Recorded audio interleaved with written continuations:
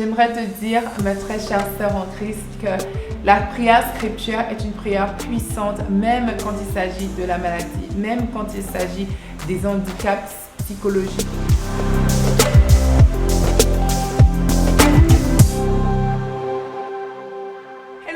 Welcome back to Home Building in Christ. Je suis Dr. Edaline Patricia Helfalo et j'ai l'honneur et l'enthousiasme de vous accueillir ici pour un autre épisode de Home Building où nous allons parler de la prière scripture. Ça, c'est vraiment l'outil que l'épouse puissante utilise dans les coulisses.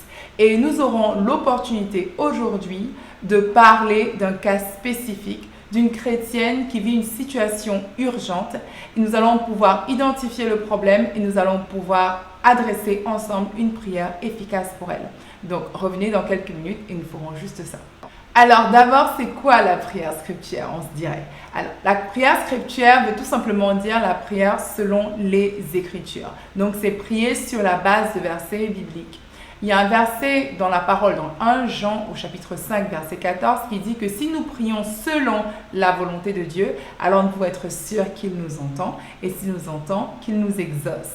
Donc, les prières scriptures sont agréées de Dieu d'office, en fait.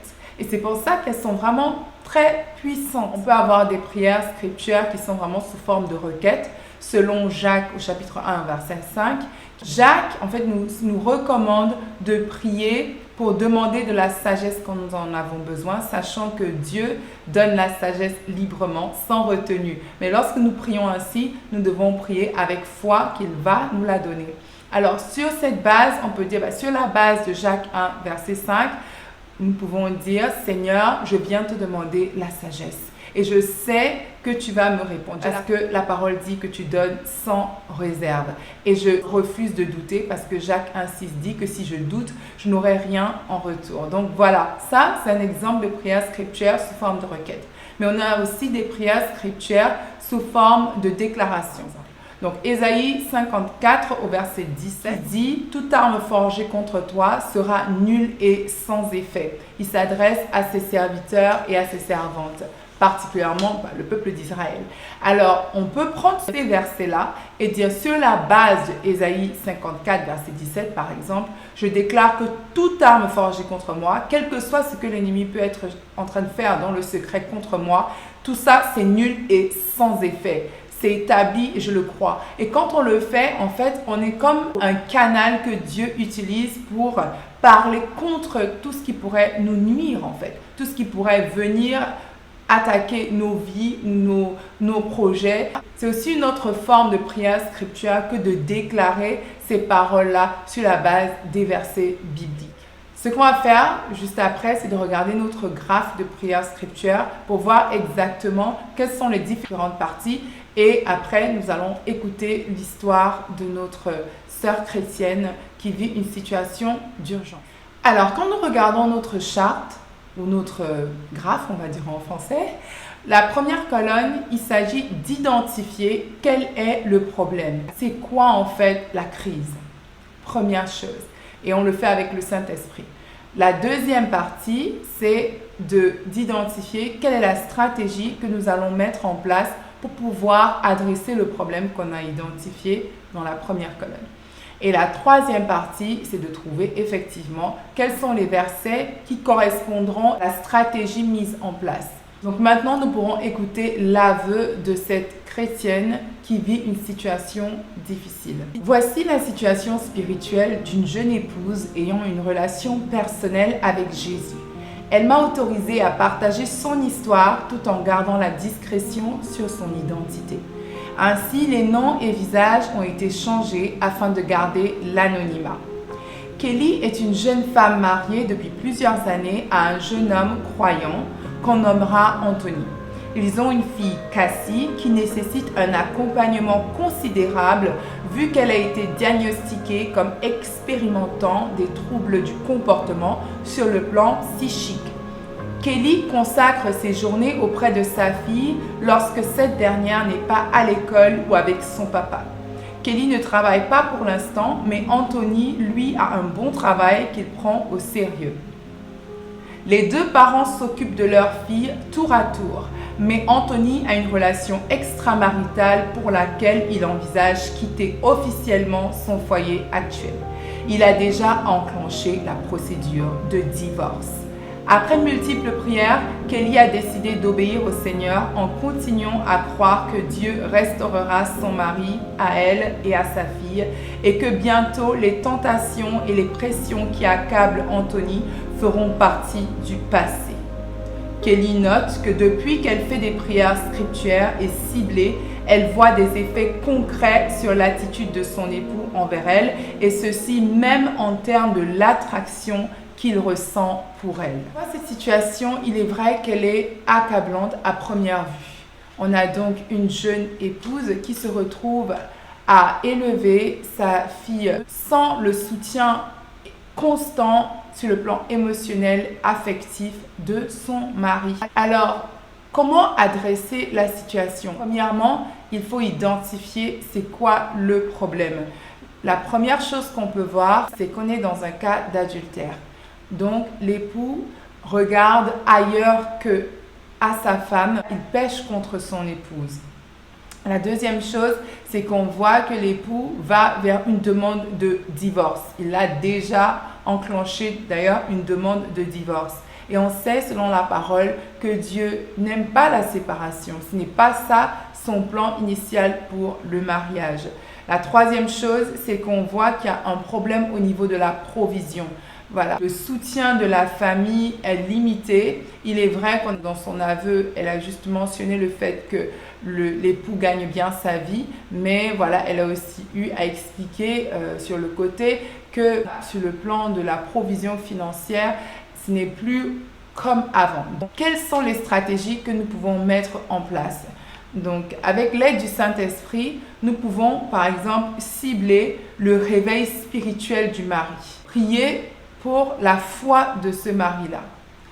On ne sait pas ce qui se passe, mais il est possible en fait que la situation d'handicap de sa fille fasse que cet époux se sente peut-être surpassé, il se sent peut-être limité et il y a peut-être un désir de fuite, un désir de vivre autre chose et ça le mène à chercher peut-être du réconfort en dehors de son mariage. Donc, cibler un réveil spirituel chez le mari pour susciter en lui la foi, la confiance en Dieu face à ce challenge qui est cet enfant en situation d'handicap. Parce que ce n'est pas quelque chose de simple, mais le Seigneur nous appelle à confronter et il nous promet en fait la victoire sur les géants qui sont dans nos vies. Donc on pourra prier pour la foi de ce mari.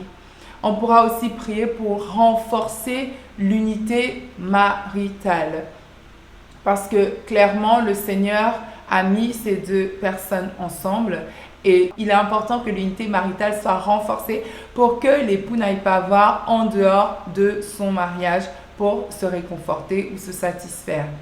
Et finalement, on pourra cibler un troisième point qui est la compassion de l'époux pour son épouse et sa fille. Parce que c'est dans l'abondance de compassion que cet époux pourra se sacrifier afin de maintenant venir répondre aux besoins de sa famille de manière optimale. Alors lorsque je priais vraiment, le Saint-Esprit m'a inspiré des passages bibliques, mais vous pouvez en trouver d'autres. Alors je vais énumérer certains passages et on va prier sur la base de 3 de ces passages. Pour le réveil spirituel du mari, Proverbe 9, verset 10 et Job 28 au verset 28 parlent de l'importance de la sagesse. Et nous pouvons utiliser ces passages-là pour invoquer le Seigneur et lui demander de donner de la sagesse à l'époux et lui demander de se retirer des œuvres mauvaises. Nous pouvons aussi prier selon 1 Jean 5 au verset 4 et Éphésiens 4, 22 à 24. Pour renforcer l'unité maritale, Marc 10, verset 9. Ajouté à Marc 10, verset 9, nous pouvons aussi utiliser 1 Corinthiens 7 au verset 7 et Proverbe 5 au verset 18. Pour adresser la question de la compassion et la responsabilité du mari, 1 Timothée 5, verset 8 et Éphésiens 5, 28 à 29. Seigneur, merci pour ta grâce et ton amour.